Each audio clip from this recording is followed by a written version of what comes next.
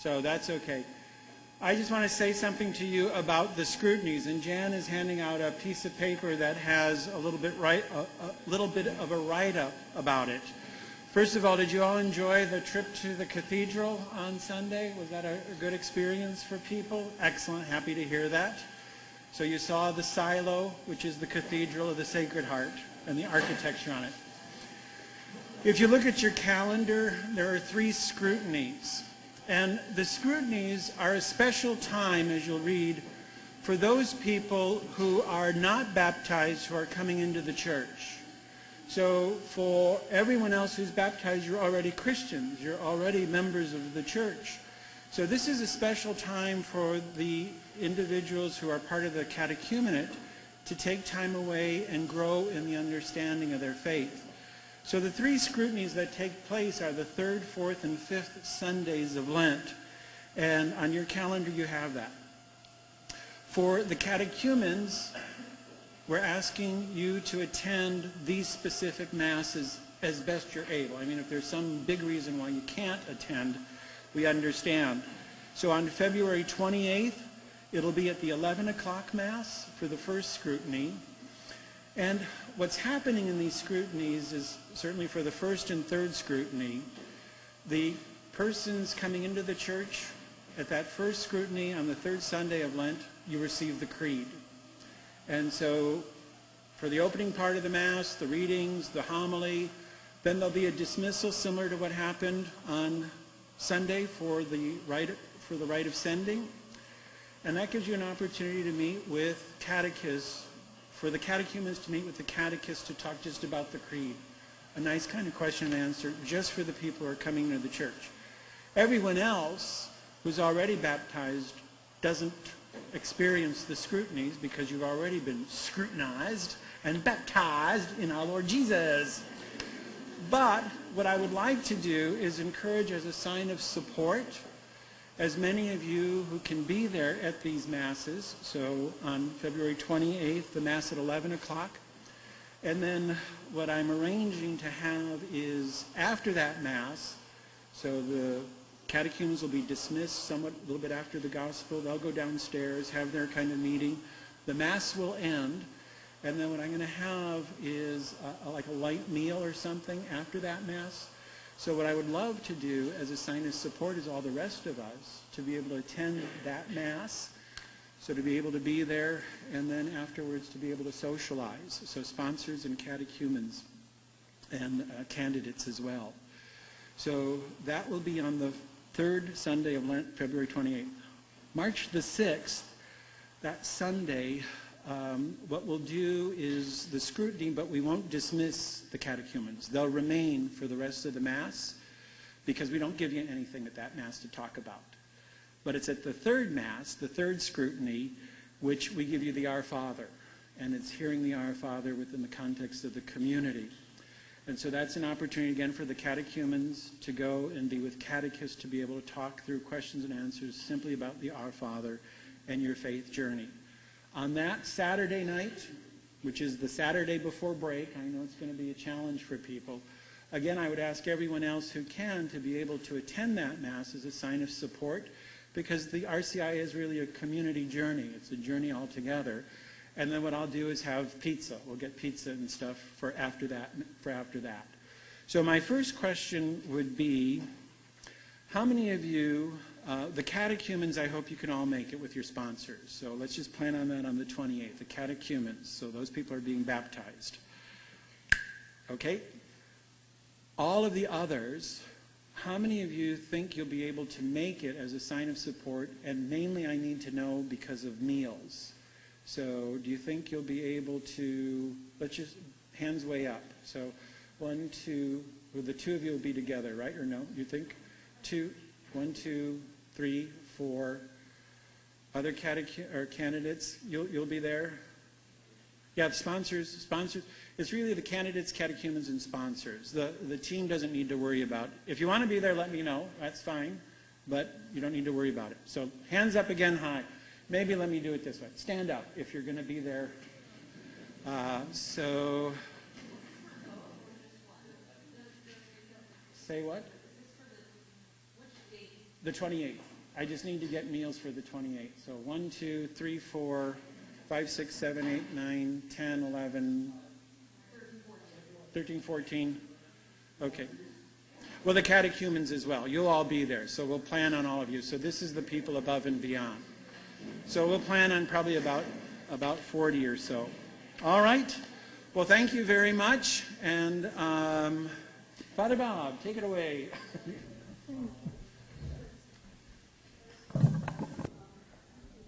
Okay, welcome, good evening. If we might, I'd like to start with our Psalm 139, begin with a prayer, and we'll do it in the customary way.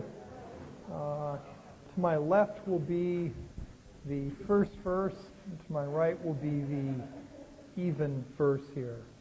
In the name of the Father, Son, and Holy Spirit. O Lord, you have searched me and known me. You know when I sit and when I rise up. You discern my purpose from far away. You search out my path and my lying down, and are acquainted with all my ways. Even before a word is on my tongue, O Lord, you know it completely. You hem me in, behind and before. You lay your hand upon me. Such knowledge is too wonderful for me. It is so high, I cannot attain it.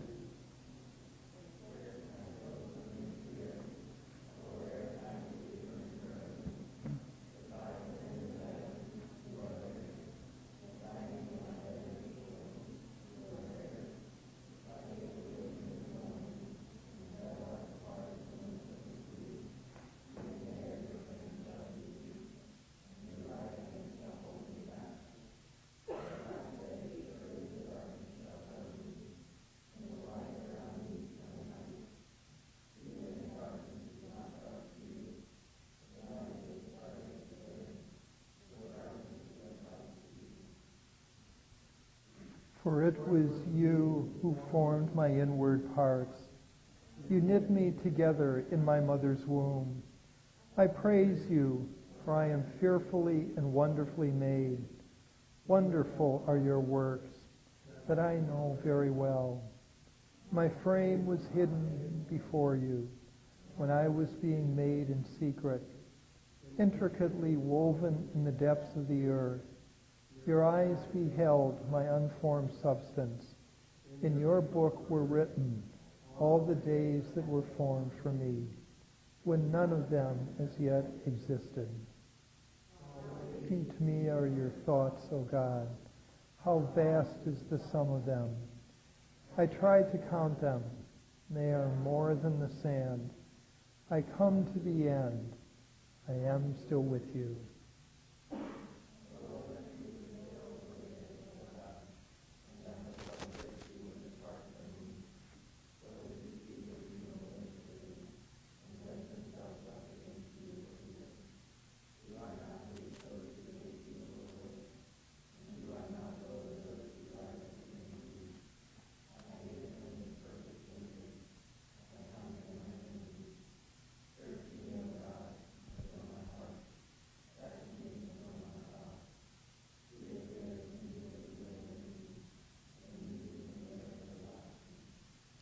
Amen.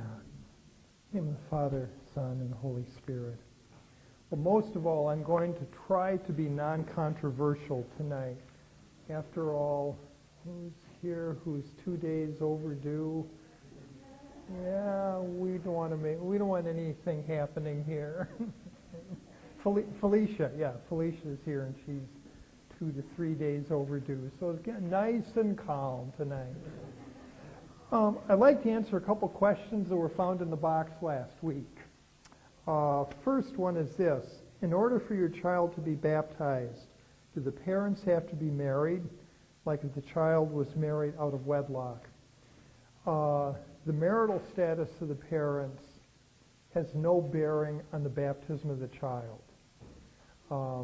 The child has a right to be baptized. The parents cannot interfere with this. Then there's no prohibition against baptizing a child, even if the parents are not married. So that is the regulation there. Secondly, suggestion we add a visual element to the teaching. I take responsibility for that. We got here in early July, and we had our first meeting about RCIA probably later on in July. And I was preparing both RCIA talks and Bible study last summer and fall, and just compiling the material and making plans for the classes in the RCIA were quite enough for me, and I just didn't have the time and the wherewithal, to put this all up on slides for presentation. Third question is, can Catholics attend weddings that aren't in communion with the church? For example, same-sex weddings or of a divorced person. This is kind of a difficult issue. A number of Catholic bishops have urged Catholics not to attend same-sex marriages.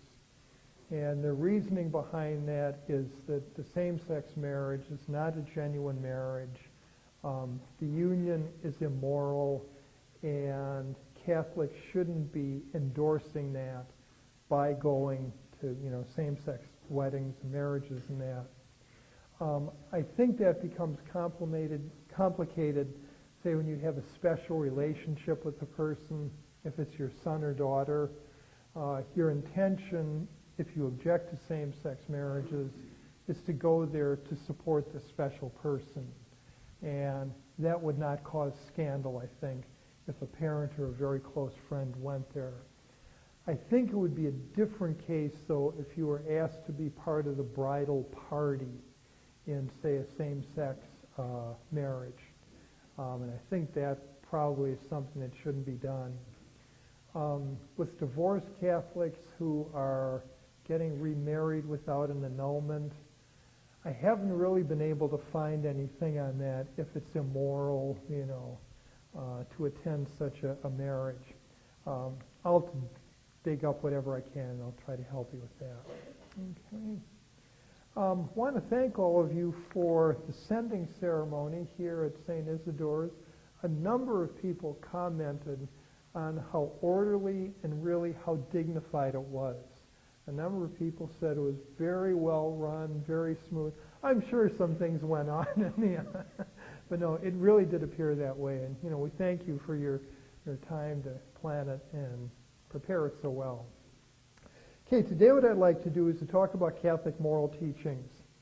The topic is supposed to be sacraments and morality, and the reading material mostly focused on chastity and marriage. My problem with that is that the Catholic Church has a 2,000-year history of moral teachings, and many of these teachings were significant advances in the field. And just historically, the Catholic Church has led the way on a lot of topics and issues with its moral teachings. So what I'd like to do tonight is to kind of skate through some of the important Catholic moral and ethical teachings. I have a little outline here of what I was going to try to cover here, so if you want to follow along, you can. Classical Catholic moral teaching is based on what we call natural law theory.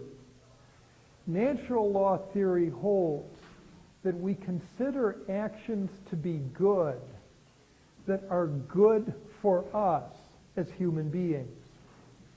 If something makes our human life better, then it's considered to be morally good. Well, what makes our life better? First of all, protecting our life. There's some things that make our life better, like food and shelter and clothing and medical attention. When these things are obtained for those reasons, then they're morally good. Also, what's good for us is this. We're intelligent creatures. Well, we got a dog here who's pretty smart, but I don't think he quite matches our intelligence. I know some of you students by the end of the semester feel that your IQ has been suppressed to the canine level, but it's not true. We're intelligent creatures, and it is good for us. It makes our human life richer by simply learning, by simply knowing. education and knowledge is good for us. What's also good for us is knowing the truth. Because if we don't know the truth, we inevitably wind up in some actions, situations, relationships which hurt us. And when we know the truth, we know what's good for us. So knowing the truth is good. We're also spiritual creatures. We're the only ones who ask the great questions. Where did we come from? Where are we going? And is there a God? To have answers to these that are intelligent, that enlighten our mind, these are good things. What the natural law holds is that actions which promote our human well-being are good actions. And they're basically actions which meet our social, spiritual, physical, moral needs. Actions which promote all these things are considered to be good. Now, one of the great developments in Catholic moral teaching was what we call just war theory. In the early church, most of the Christians in the first 150 years were pacifists. Most Christians did not serve in the Roman army, and most of them were against war. The primary reason why they didn't serve in the Roman army was that if you did that, you had to worship the god of war, Mars. And the Christians thought, there's only one God for us, Jesus Christ. But there was another reason for the Christians not serving in the army. And that was that St. Augustine said that when you're in the military, when you're actually at war, it is very hard not to hate your enemies. It's very hard to do that. And for that reason, a lot of Christians simply refuse to engage in the military or in warfare. But what the Catholic Church found was that the pacifist position could easily leave the just and the good undefended.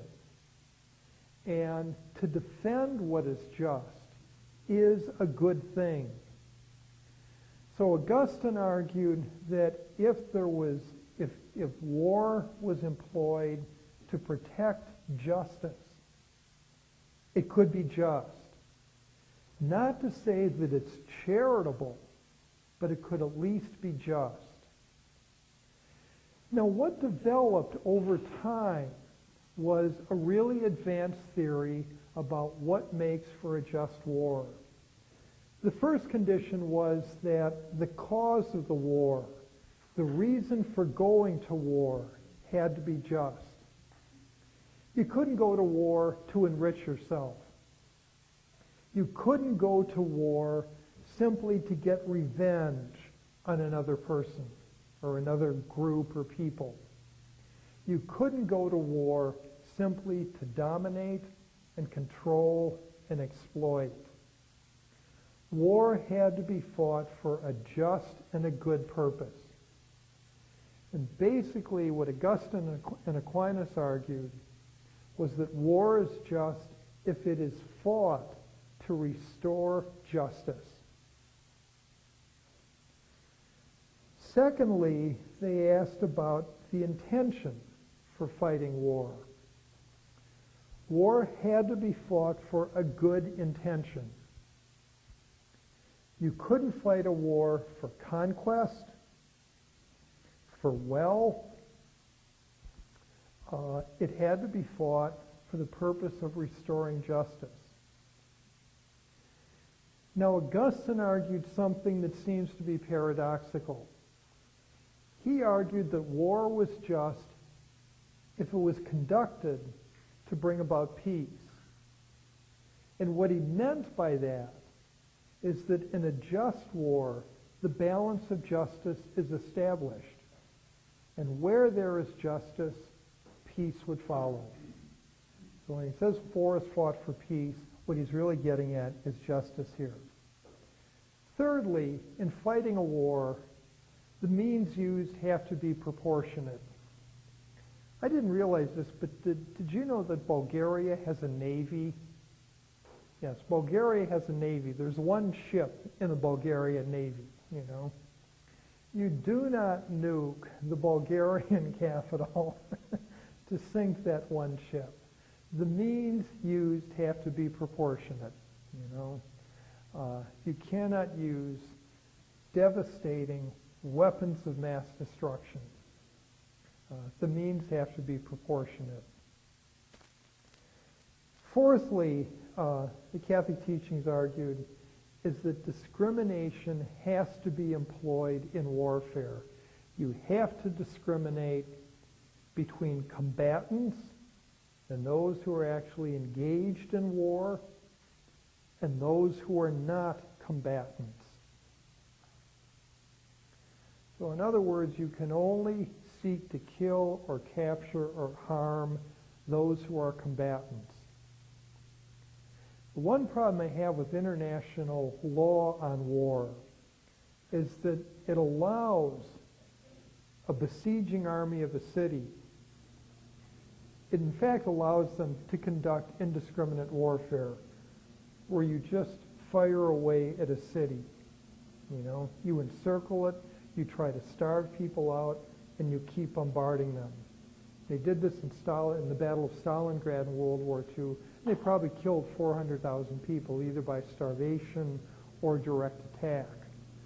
And international law did not object. I think the morality of siege warfare is really kind of questionable.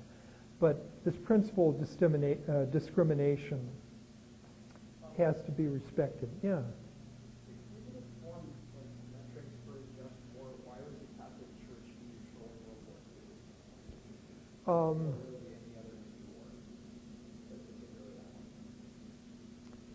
I think that was a practical consideration because in 1870 the Papal States were destroyed in the Italian Revolution, and the nation of Italy was established, and all that remained of the Papal States was Vatican City itself, and it had no defense whatsoever.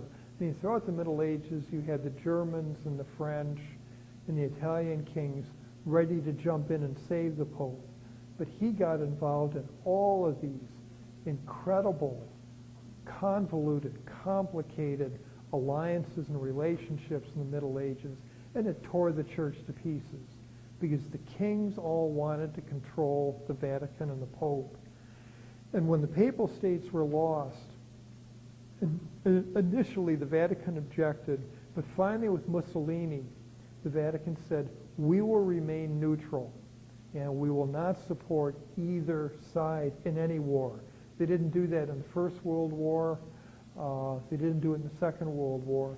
And actually it worked out much better because what's happened is that in the 20th century, the Vatican became one of the leading diplomatic channels throughout the entire world. You know, Nixon's reconciliation with China came about mostly through the intervention of the Vatican. John the 23rd, Pope John the 23rd, was able to diffuse the Cuban Missile Crisis in 1961 by a telephone call to Nikita Khrushchev. He said, you know, Kennedy doesn't want to go to war. If you turn the ships around, if you don't deliver the missiles, we'll call everything off. The Vatican has actually been much more influential by adopting a neutral status. And I think that's why they've done it. And then also the Vatican really founded the International Diplomatic Corps going way back in, 1000 AD. They started establishing these embassies throughout all the kingdoms. And, by the 20th century, those were everywhere. So, no, the Vatican, I think, has done well to do that. Nuclear arms. I think virtually all ethicists today would say that nuclear arms, except the very, very smallest ones, are by their very nature indiscriminate weapons and really can be used in a very small number of circumstances, if at all, if at all. The reason why nuclear weapons are being developed is that they pretty much guarantee that the regime, the government which holds them, will not be overthrown by invasion. I mean, that's essentially what has kept Israel together for 60 to 70 years. Their only use is deterrence. They have no military use whatsoever. And, any country that, lobs a nuclear weapon at anyone else will be immediately destroyed by nuclear powers. Iran is supposedly threatening Israel with nuclear attacks. Well, the first lid that comes off a silo in Iran will be greeted with about 20 nuclear weapons going right at it.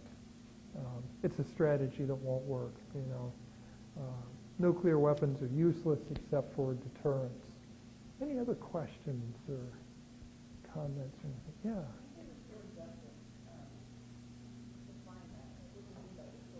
Okay, let's take the Second World War. Hitler established his racialist policies. He was going to exterminate the Jews. He wanted to subordinate all the European peoples who were not, quote, Aryan, to Aryan domination. His goal was to wipe out the Slavic race.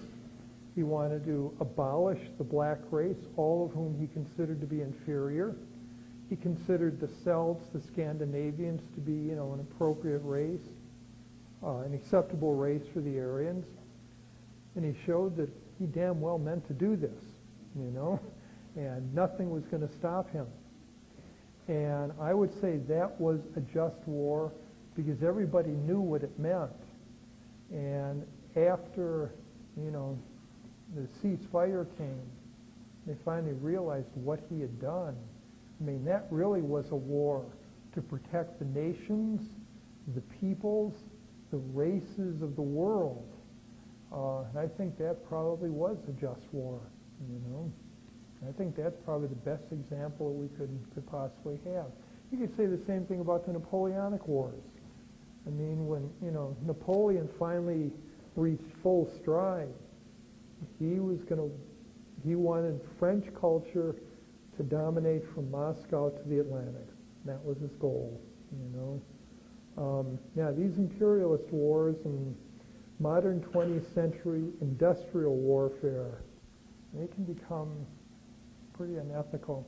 The tragedy, I think, with war today is that every year there are about 5 or 6 wars going on, and most of these wars will wind up killing at least 1 million people. If 1 million people aren't killed in even the smallest civil wars, it's unusual. They're just so destructive because we've industrialized warfare. Okay, let me talk a little bit about Catholic political and social theory. The Catholic Church argues that the political order, politics, aims at establishing justice, and it does this by means of law. The political order and political authority serve the purpose of establishing, promoting, and protecting justice, and they use the law for this purpose. The political order has a very serious responsibility and task ahead of it. And its primary concern is to assure that justice prevails in all civil and social dealings.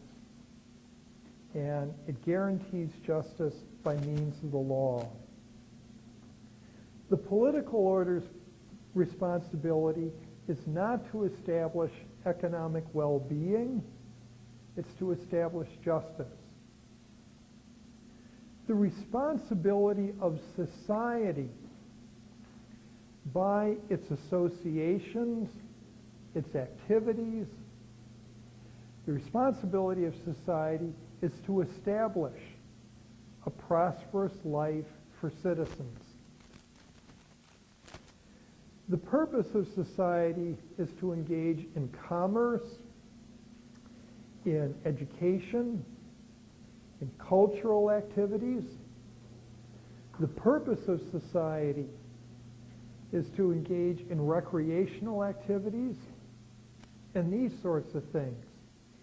These are the things that make our life rich and enjoyable, safe, and prosperous. And it's society that does this.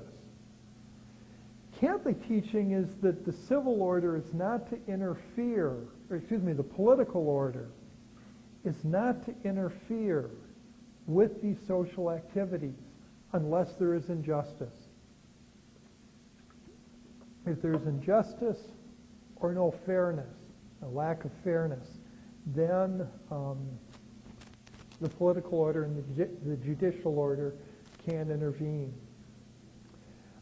Concerning religion and politics, in the Middle Ages, the Catholic Church taught that it was the responsibility of civil rulers to promote the Catholic faith. The throne was to serve the altar. Since really the French Revolution, what the Church has come to argue, though, is that the state is not to establish religion. But what the state is to do is to protect religion. The state's purpose is to protect the integrity and the freedom of religion. The Vatican Council argued that every human being has a conscience, and every human being has a responsibility to responsibly form that conscience such that they do good. Also, every human being has an obligation to seek the truth. And religious truth is one of those important truths. Because of this, the Vatican Council argued individuals must be left free to pursue religious truth. They must be left free to form their conscience concerning religion in a responsible way. What this means is that the state and society are to protect the diversity of religions. We are supposed to have religious liberty. We're free to pursue religious truth as we see fit. And the state cannot punish religions. It cannot suppress religions, except if the religions are doing harm to the common good. So, for example, I used to be a Reformed Druid before I became a Dominican. And we were different from the ordinary Druids because the Reformed Druids didn't practice infant sacrifice. I'm kidding. All right, I've never been a Druid. But something like that, you would have to suppress, If a religion calls for serious injustices, the state can suppress that religion for that purpose. The Jonestown tragedy, that was it, where they're all carried off to South America, and Jim Jones was the leader of this. And he forced everyone to drink arsenic, The government was perfectly right to disband this organization, refuse to acknowledge it, not grant it building permits. They could deny its rights of free association because it was bringing positive, profound harm to people. But in all other areas, religion is to be left free. And this is a very good thing because religion is the last thing that people will give up. Karl Marx thought the religion was just basically economics. He didn't understand religion. What Marx didn't realize is that the last thing that people will give up is their religion. We had our marriage preparation retreat this weekend, and a number of the couples, come from different faith backgrounds. The one thing you cannot do in a marriage is force the other spouse to give up their religion, because our religion is so crucial in who and what we are. That has to be respected, even in marriage. Even in marriage. Any questions, comments? Okay, the family. Catholic Church teaches that the family is an independent unit. It's independent of the political and social order. The family unit is the best organization, the best association, the best relationship for creating citizens and for creating citizens who are just and good. To lose one's family, to come from a difficult and troubled family, is a tremendous burden. To have a happy and a peaceful and a prosperous family is one of the greatest blessings we can have. And neither society nor the political order can tamper with the family, except if there is injustice or mistreatment going on in the family. If a husband and wife are fighting and someone is in danger, the court can separate them. The court can, impose restraining orders. But that's really about all the court and the political system can do to intervene with the family. Okay, one of the most controversial teachings in our century is the Catholic teaching about private property. I think we're customarily told that, the earth belongs to everyone and it must be shared. Catholicism teaches that there is a natural right to private property. We do have a right to own private property. And the reason is that it is very often the case that it is our labor, our own investment of our own energy, that not only produces goods, but these goods define us. When you think about, say, the great artistic compositions and creations, the Picasso art, Beethoven's music, the great operas, the great works of literature, these come forth from an individual. It's true that these individuals stand on the shoulders of others, but they are the creation of the person. What we produce, what we generate and create, is rightfully ours. There's no injustice in claiming those things. But what the Catholic Church holds is that the right to property is not an absolute right. We can possess wealth. We can own money that we've earned justly and fairly. But that doesn't mean that no one else has any claim in any circumstance on that property. Our right to property can be conditioned or limited by the needs of others. The Catholic Church argued that it's permissible for a starving man to steal a loaf of bread. That is not an injustice. If the man's going to starve to death without that food, it cannot be denied. What the Church is teaching is that we have a right to property, but we also have a duty to care for the needs of others. And the way we express that duty is through charity.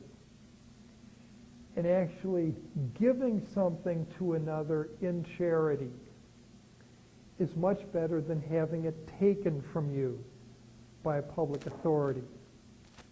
And the reason for that is that when you give something to another in charity, it's a gesture of love, it's a gesture of esteem, it's a gesture that you so respect this person that you are willing to sacrifice and give something up for that person. For the person receiving what's given in charity, the proper response is not, "Oh, you slimy, greedy little worm, you should have given me more than this." The proper response should be, "Thank you for your generosity. Thank you for depriving of something that you rightfully and justly earned. Thank you for doing this just because you care for people." Giving in charity creates this relational bond of generosity and gratitude. Excuse me, that's what you want to build. That's how you have communities. A community develops when people give something to others that they don't have to, and those who receive it are grateful. So that's kind of the Catholic view on property. Any thoughts on any of this? Racism and discrimination. The Catholic Church didn't really talk about this until the 20th century. It spoke mostly about justice and social justice. Beginning in the 13th century, Catholic moralists stopped writing about slavery. After 1300, you find hardly any authors writing for or against slavery. They couldn't write against it because the kings and the rulers would be all over them. The medieval economy depended on slavery or serfdom. But they couldn't write for it because it was just such a dreadful institution. When the Americas were discovered and the exploring nations started enslaving the indigenous peoples, most of the moral writers condemned this. They said, you know, these peoples we're now meeting, they're human beings. You can't enslave them unless they've done something deserving of slavery, which they hadn't done. What the church began to argue was that you can only enslave someone when the conditions are proportionate to it. And there aren't. There just aren't.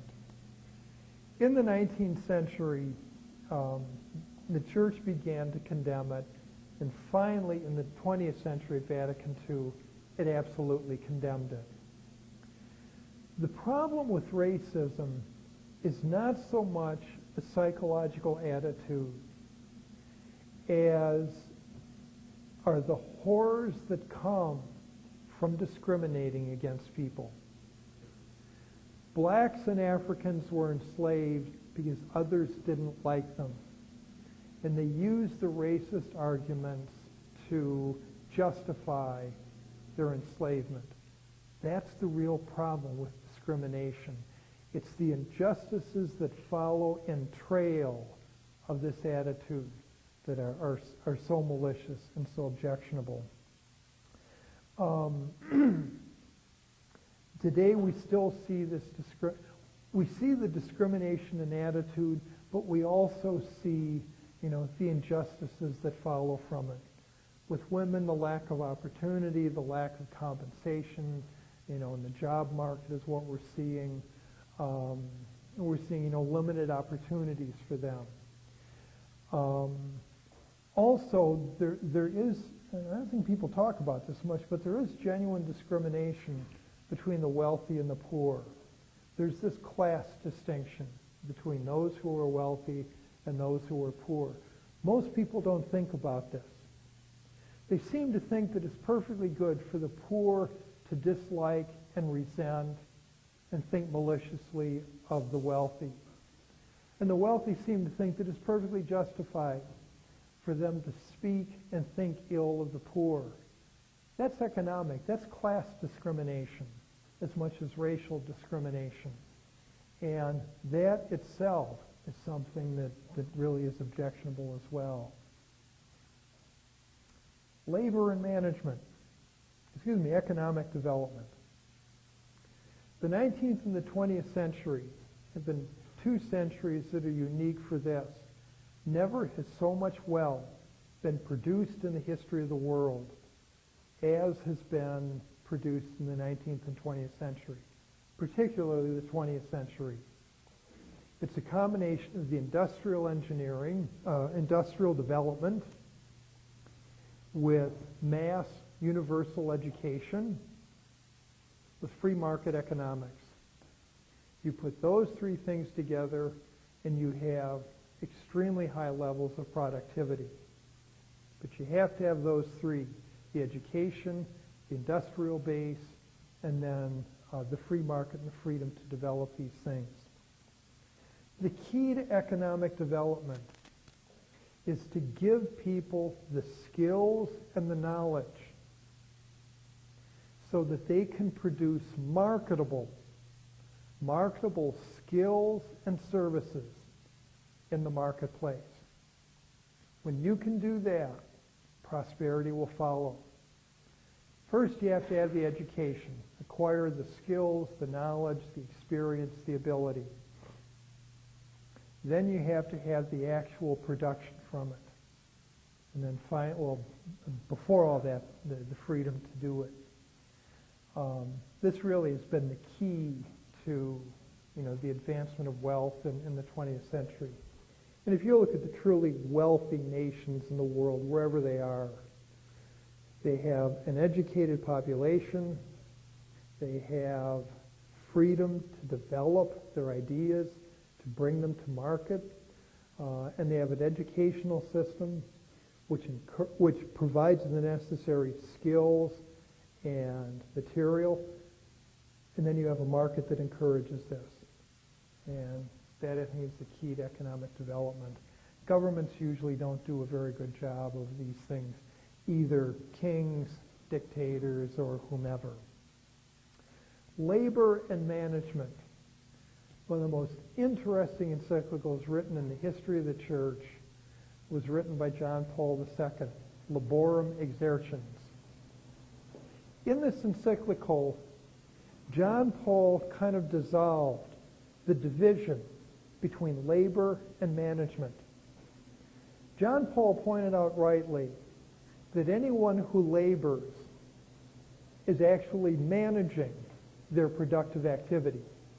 A truck driver is managing a $150,000 rig and maybe, a $500,000 cargo. He's managing it. He's getting it moving. He's keeping it moving. He's protecting it. Laborers manage. He also pointed out that anyone who manages is also laboring, organizing, communicating, gathering support. That's toil, I don't know too many people who on a Friday night say, oh man, I just want to get back to that paperwork and just, send out some more of those orders and that. What a rush it is, It's toil. John Paul argued that labor has two purposes. The first purpose of labor is to produce goods and services. He calls this the objective, the external dimension of labor. But the second function of labor is more important. He argued that through labor, we discover who we are. Those of you who are studying engineering, or music, or management, or accounting, you're discovering who you are in the labor of learning these things and in the execution of your tasks. John Paul called this the subjective dimension of labor. This dimension concerns what the laborer gets from his work. And what he discovers are his or her strengths and talents, their abilities, skills, and gifts. They discover who and what they can be. I think probably the best example of that is people who study music, voice, or instruments here. They come here and they toil and they fight with those instruments. They battle with them day and night. They struggle with the limitations of their voice. And at the end of it, usually they wind up with these, gorgeous instruments they play, these beautiful songs. John Paul argued that the most important aspect of labor is guaranteeing that the laborer is fulfilled through his or her labor. This is the important thing about labor. We work to discover who we are, and then we work to support ourselves. So John Paul argued that in all labor relations, in all dealings with management, The primary consideration should be not productivity, but rather should be the impact of labor on the laborer. I don't think you're going to hear that in any business schools these days. I can't imagine them teaching that. But I think you've got a certain truth there, you know. I mean, I think one of the biggest causes of instability in the labor market is people just don't like their jobs. They're not fulfilling. They're deadening, they're dull, they're monotonous, and you're all nodding yes. You've been there. You've sat in that uncomfortable chair. Okay, the big topics today, medicine and healing.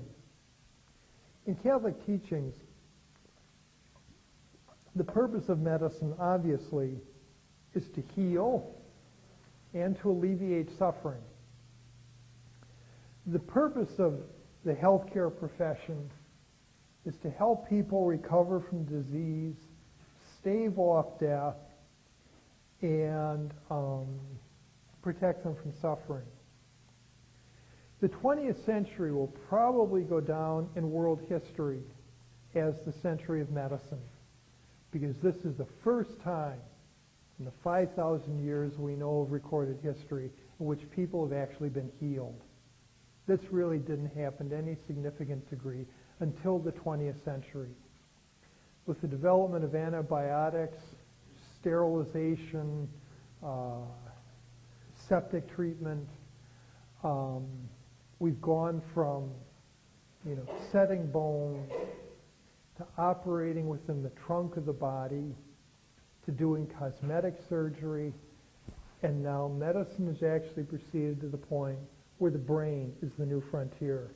Neurological sciences, neurological medicine. And then this is all being coupled with the amazing abilities of, the digital revolution, with all the amazing discoveries in biochemistry, animal sciences, I would say, as they're the first to really, make these discoveries mostly, and all our computer-assisted techniques in that. Never before have people seen this level of therapy. Healing is to be the purpose of medicine and not eugenics. Healthcare is not to aim at improving the human race. And the reason for that is that we don't know our starting point or our ending point. We don't know what sorts of creatures we're supposed to be in, say, the year 5,000 or 10,000, whenever it all comes to end. We might now think that every male should be 6'3" and 200 pounds and, never goes bald. It might turn out to be that those will be the ones who will just collapse in some sort of evolutionary catastrophe. We don't know what we're supposed to be at the end. And it's foolish to try to improve us to a certain end when it may lead to our demise rather than our flourishing. So eugenics is out. Healers are not to kill. Those who engage in medicine are not to terminate life. And the reason for this is that medicine depends on the bond of trust between the patient and the healer. It's very hard for a doctor to go into one room and give a patient an injection of cyanide and go into the next room and give them an antibiotic. People will eventually ask, well, when is he going to do A and when is he going to do B? Healers cannot kill. It's interesting at Nuremberg that all of the Nazi propagandists were just sent to prison. All of the doctors who engaged in eugenics and euthanasia and infanticide, they were all put to death. And they did that at Nuremberg because that's what the doctors wanted. The real doctors knew that you cannot encourage the sort of stuff that was done by the Nazi doctors, and it had to be wiped out. So in terms of medicine, we're in a dangerous position now where you've got doctors killing babies and now doctors offering to provide assisted suicide to patients. that is a very dangerous situation. Let's take a break and refresh and heal and restore our bodies here. After the... Yeah.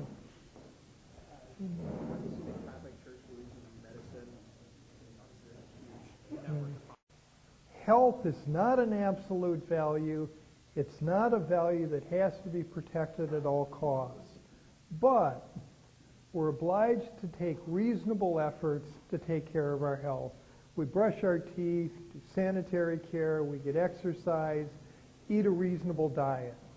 Our moral responsibility is to do that. Now the question arises is when can we refuse medical treatments? I mean, most people don't refuse medical treatments. They go in search of medical treatments, and when they are offered them, most people don't say, "No thanks, I was just kidding, I want to refuse this." But there are circumstances in which it's morally legitimate to refuse medical care and treatments. The first condition or situation which can justify refusing treatment is if the treatment is extremely painful. And initially, I think what the Vatican had in mind was, in warfare, people will get, shot in the leg or something. Then in the 19th century, in the Civil War, they amputated the leg or the hand or the arm. And the customary procedure was they gave you a bullet that you put between your teeth and a half bottle of whiskey. And you drank the whiskey and bit the bullet, and they took the hacksaw out and cut your arm or your leg off. You can refuse that treatment. You don't have to go through that. Mercifully today, through the astonishing developments in analgesia, there are very few treatments which are just profoundly painful like that.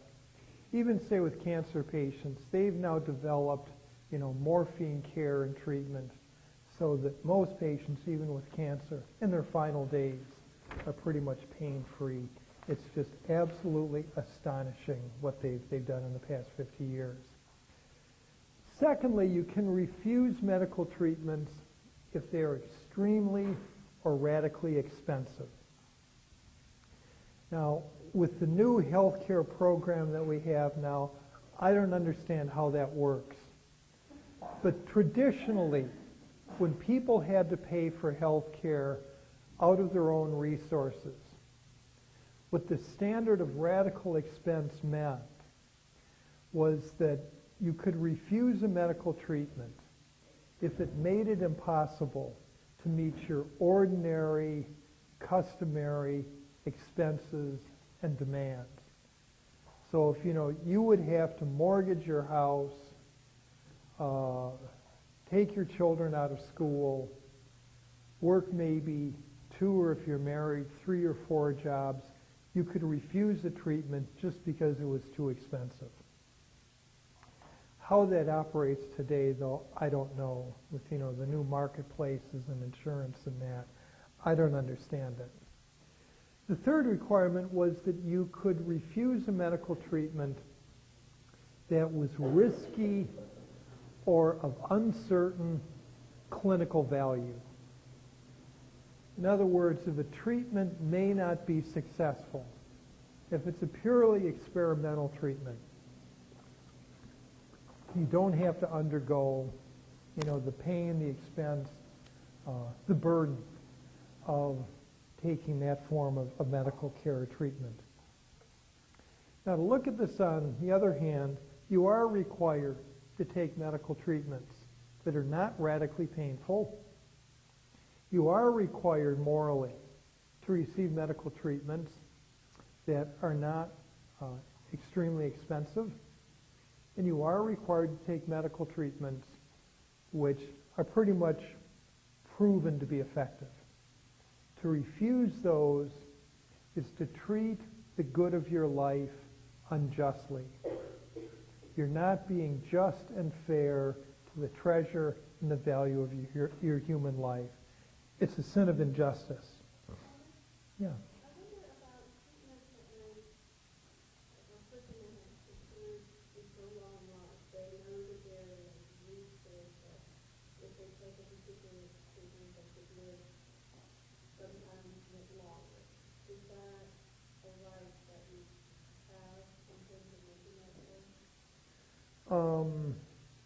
trying to think of what these would be. Again, I think it would depend on, cost, burden, and effectiveness. And I think you can have some weighing and balancing of the sort of life that would be expected to come from it. If a treatment is just giving you more days, but not really restoring, our capabilities. Yeah. If you're just giving a person more days with no life, then, that's questionable as to whether you have to take that. But something that really would, restore your capabilities, that probably has to be taken. And, the good thing is that, medical people just know so much now in comparison. What amazes me, for example, is how much nurses have to know now. Your average nurse in an average hospital, in an average ward, probably knows more about medicine and health than your physicians did in 1960. The amount of learning that they have to acquire just to function in your average hospital has just exploded. And, we wonder why there are shortages of medical personnel. Well, first of all, it's very expensive and time-consuming to get these degrees. A lot of people just don't want to do it. They don't like being around a sick person. They can't stand the sight of blood. They don't want to spend their whole life on their feet. And thirdly, you've got to find people who have the capability of learning all this stuff, It's expensive. The job pool is small. Just, call up any hospital on the internet and see what the job openings are. Every hospital seems to be in search of about 200 more employees, So no, it's advanced. And the other thing is, we never expected healthcare to be as expensive as it was. We never expected it to make all the improvements that it's made, but we never expected it to cost as much as it does. I don't know how we're going to deal with that. I think also, really, the Vatican has come out in favor of this. There's certain things that you always have to give a patient, and a patient always has to receive. These would be the fundamental aspects of nursing care, the basic, the normal care that nurses give to all patients. First of all would be sanitary care. A nurse that's not caring for a patient's sanitary needs is soon going to be looking for another job. Secondly, patients always have to be given psychological support. It's hard being in the hospital. Most people, when they go to the hospital, sorry about that, you're going to be going soon. Most people, except when they have a real cause for joy for going, never want to go back. They want to forget the whole episode. People need to be supported. Thirdly, part of nursing is providing nutritional and hydrational support to patients. It's hard to imagine that even contemporary modes of artificial assisted feeding are radically burdensome. It's hard to believe that that's up to the level of, say, amputations without anesthesia. No. It's a minor inconvenience. The food is highly nutritious. Many nurses store cans of Ensure in their refrigerators, and when they get hungry, they eat the stuff that's being put down feeding tubes for patients, So it's pretty good stuff. The Catholic Church has argued that these aspects of nursing care, they have to be forgiven. Medicine has advanced to the astonishing degree that it has because of research, and research in all sorts of scientific, technological fields. I'm kind of bummed that doctors seem to be claiming all the advances and breakthroughs, when in fact, most of them are coming from animal scientists or biochemists or, people in technology and engineering. This has to be continued. The astonishing research that it brings about, I think, has to be continued.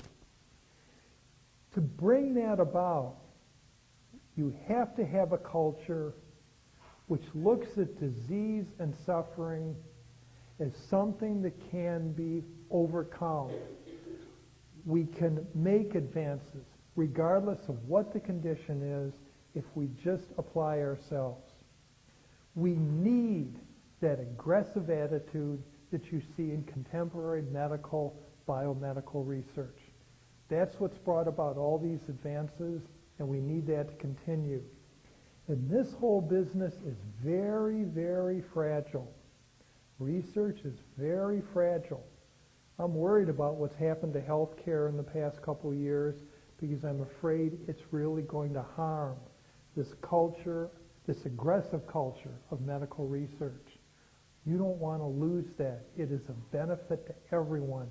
Even the dogs and the cats are benefiting from it. Isn't that right? He's asleep here, okay? Now, research is to aim at treating clinical conditions, extending life, and alleviating pain. Research is not to aim at the improvement of the human being, making us more intelligent, bigger, stronger, more beautiful. Research is to aim at, to have as its objective, the clinical objective, healing, curing, and alleviating suffering.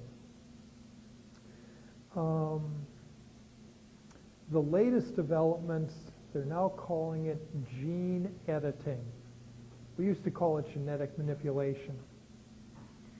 The claims are now being made that we can, through the editing and manipulation and control of genetic material, that we can make people more intelligent, we can control negative or destructive emotions, anger, we can curb the genetic basis for things like drug addiction and alcoholism.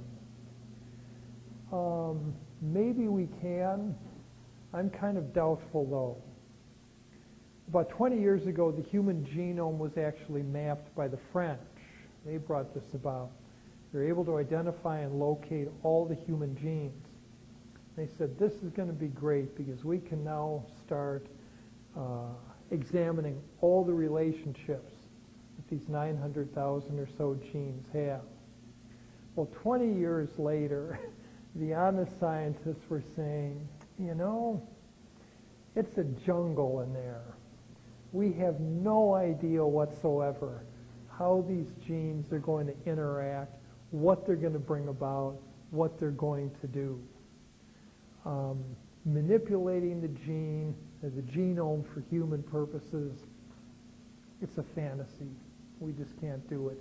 And it's good, because with the astonishing variation of all the combinations and permutations, we have freedom, and we have biological diversity, and that's a good thing.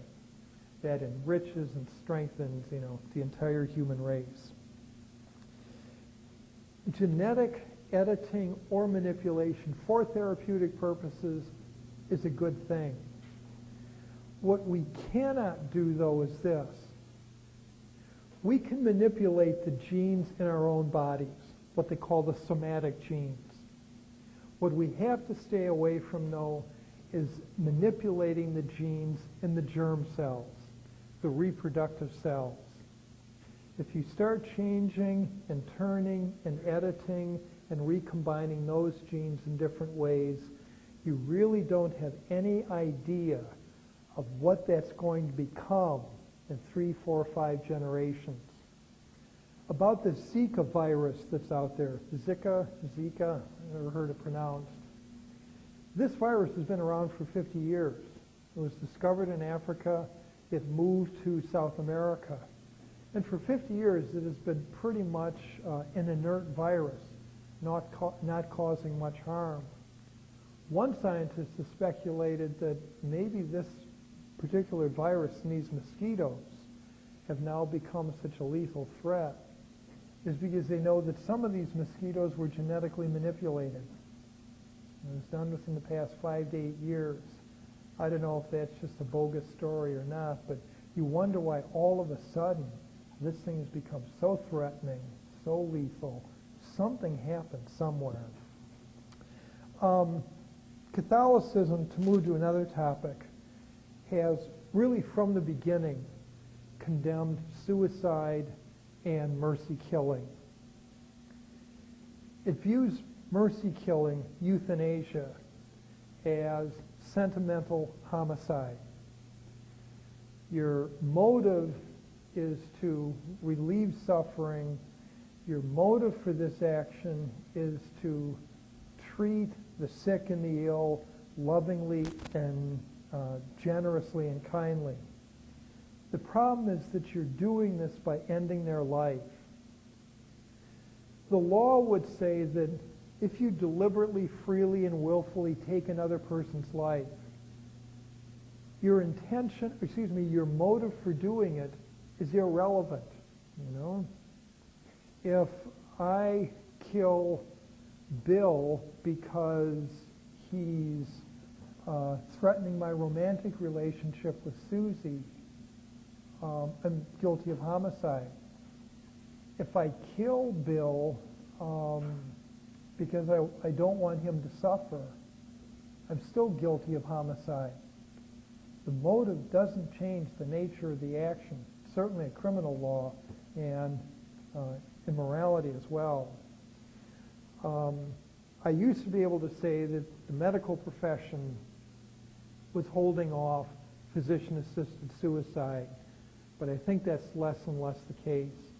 Now about 5 or 6 states have legalized this in the U.S., and it seems like the voice of the doctor has just kind of gone silent.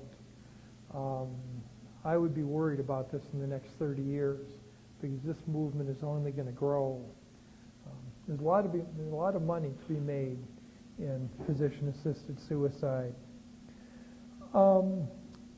Medical decision-making. The approach that the Catholic Church has come to take is this. The best decisions about, the best proxy decisions for patients is made by a community of those with significant relationships with the patient. Physicians should certainly be involved in medical decisions. Physicians certainly should be involved because they're the most knowledgeable.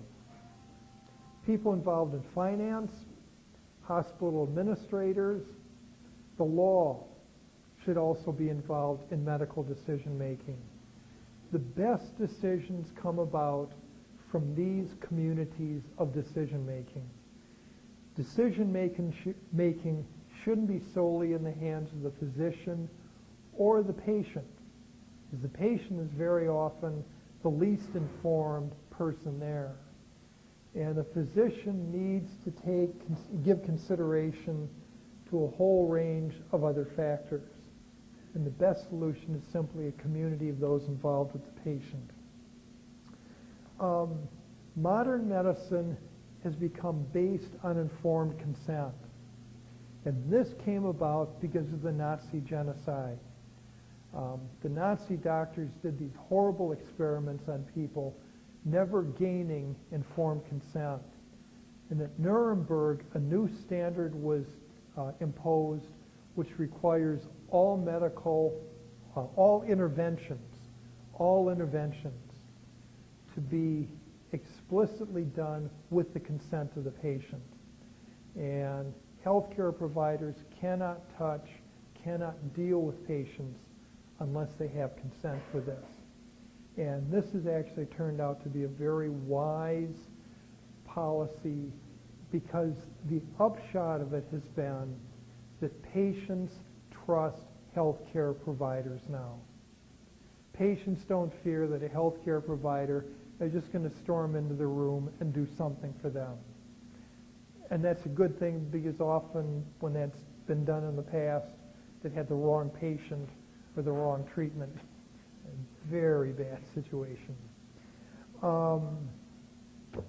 Yeah, any questions? Cover it all? Yes.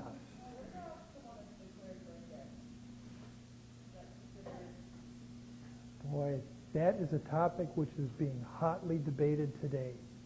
The Europeans do not use the American standard of brain death. They consider it to be an unreliable indication of death.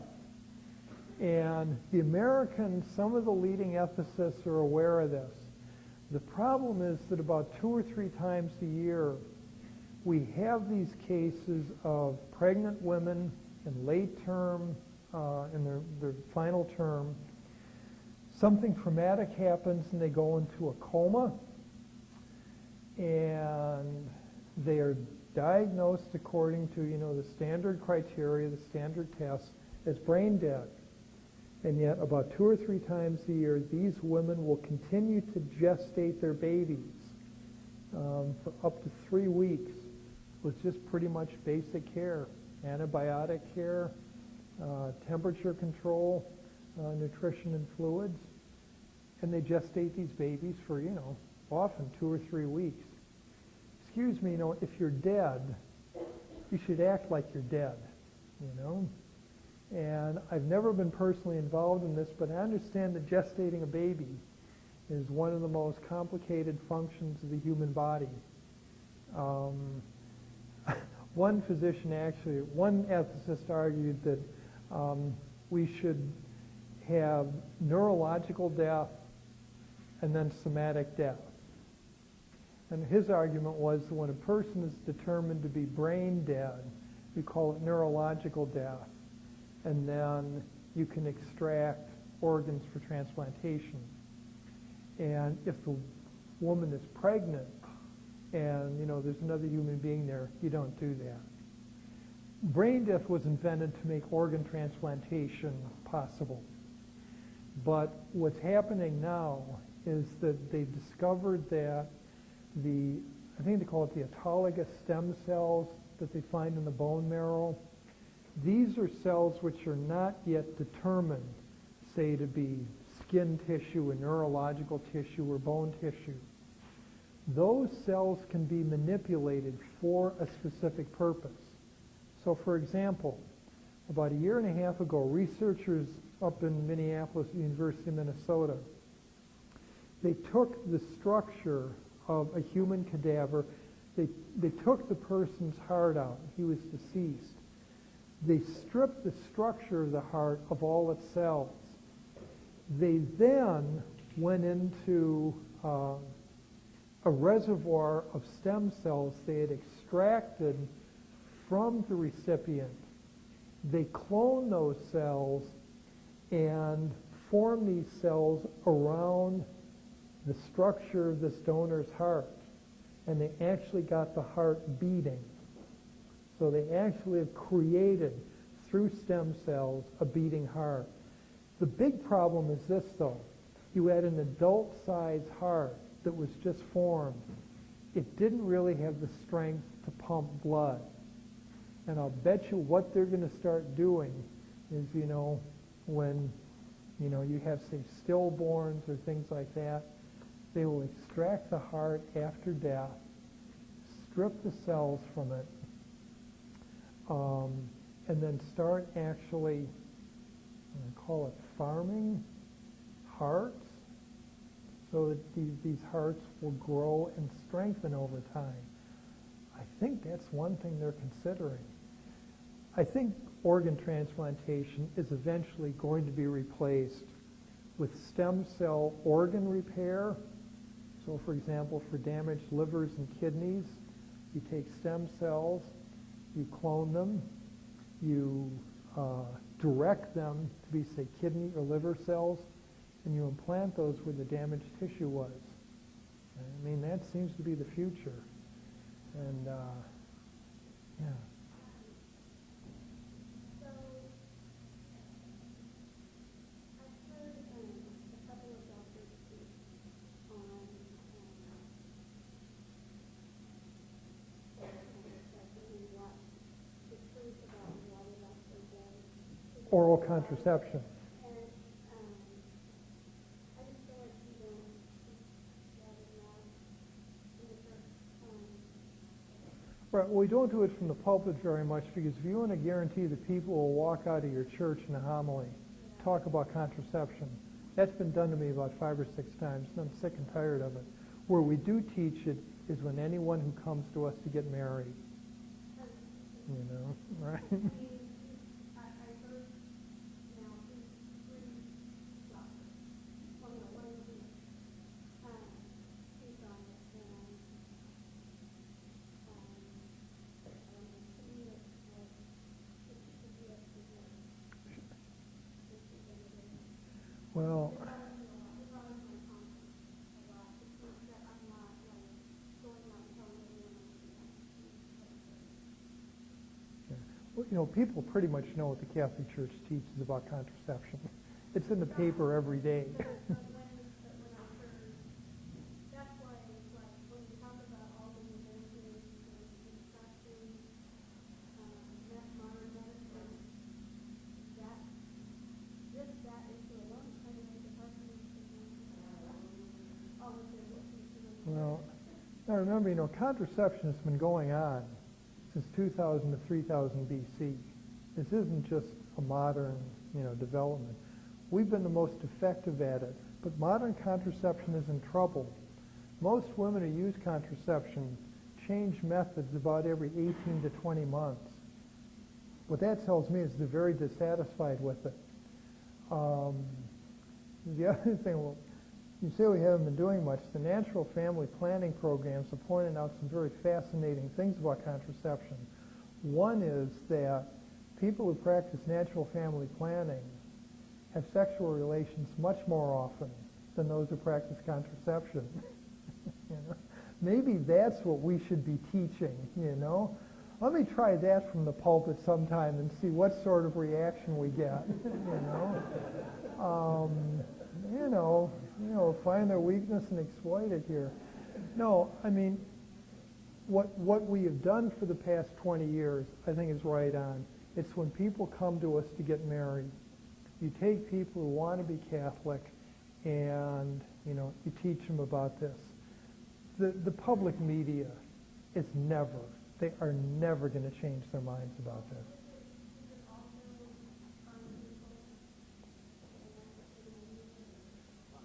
I don't think so. No, I don't think so.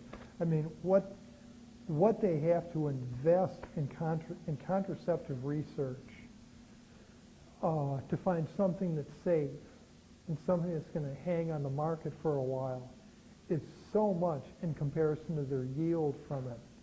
I mean, the pharmaceutical companies make their money off aspirin and Pepto-Bismol and that.